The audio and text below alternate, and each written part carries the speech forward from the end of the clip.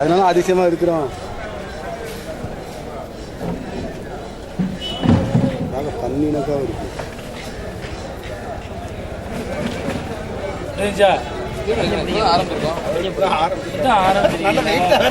ஏரியான மாதிரியே இருக்கு. இந்த மீன் கொஞ்சம் தள்ளி வைக்க.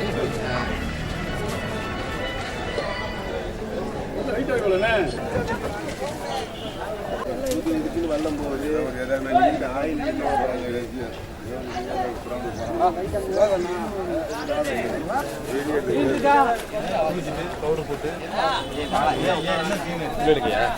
கொஞ்சம்